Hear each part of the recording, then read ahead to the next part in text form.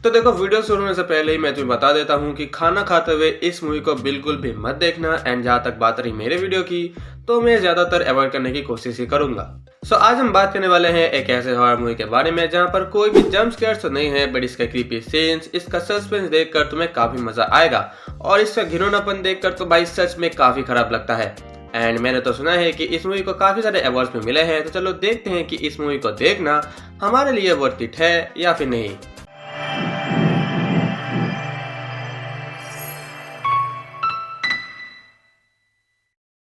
तो कहानी के शुरुआती दौर में हम एक छोटे से गांव को देखते हैं जहां पर दो भाई रहते हैं। एंड सडनली एक दिन उनको ये पता चलता है कि गांव के एक आदमी के ऊपर शैतान का साया है और उसके शरीर के जरिए ही वो शैतान इस दुनिया में जन्म लेने वाला है।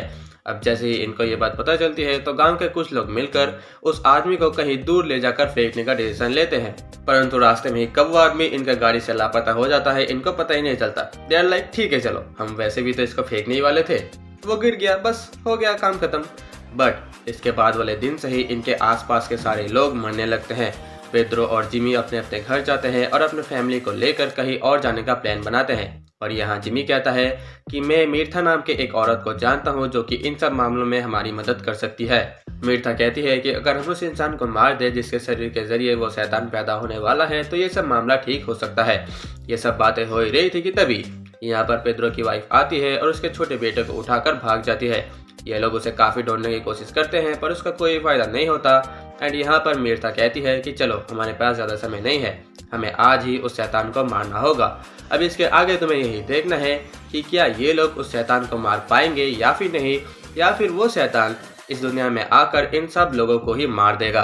तो जैसा कि मैंने तुमको पहले ही बताया था कि यहाँ पर काफी सारे घिनौने सीन्स है जो कि तुम खाते हुए नहीं देख सकते। एंड यहाँ पर थोड़े बहुत 18+ सीन्स भी है, तो भाई इसको फैमिली के साथ तो तुम बिल्कुल ही मत देखना। बट हाँ, बात करें अगर इसके रियल जजमेंट की, तो देखो इसकी स्टोरी काफी अच्छी थी। यहाँ पर कोई भी ऐसा प्रॉपर जंप स्केयर नहीं है जिसके बारे में मैं तुम्हें बता सकूं, बट ये मूवी हम ऑडियंस को जो हॉरर और सस्पेंस प्रोवाइड करती है वो देखकर तुम्हें काफी मजा आएगा। यहाँ पर तुम्हें देख सकते हो कि एक असली शैतान क्या क्या कर सकता है। जस्ट इमेजिन कि जब वो पैदा भी नहीं हुआ था तब भी वो इन सारे लोगों को कंट्रोल कर रहा था और एक एक करके मार रहा था।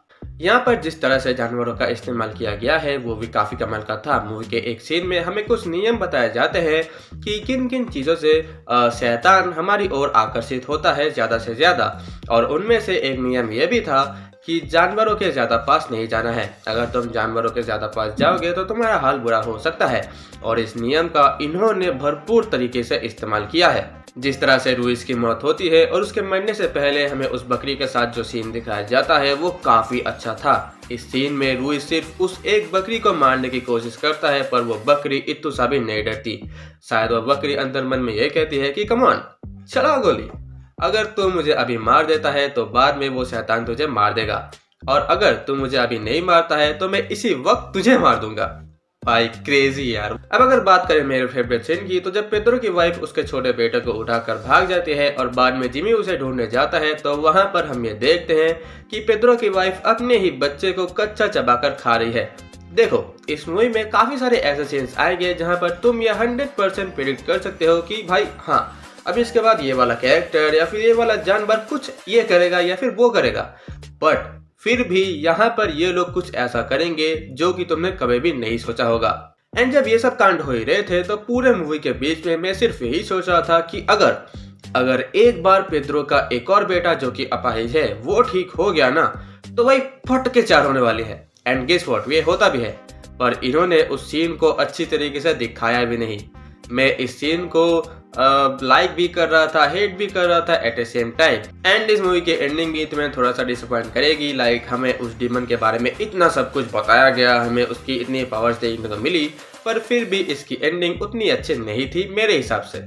खैर देखो, ये तो सिर्फ मेरी ओपिनियन थी। अब तुम भी जाओ ये वाली मूवी देख लो if you are interested, and उसके बाद तुम अपना ओपिनियन मुझे कमेंट में जरूर बताना, और लाइक शेयर सब्सक्राइब तुम अपने हिसाब से कर देना। बाकी मैं चलता हूँ, मैं तुमसे फिर मिलूंगा किसी नए वीडियो किसी नए टॉपिक के साथ। तब तक के लिए अलविदा।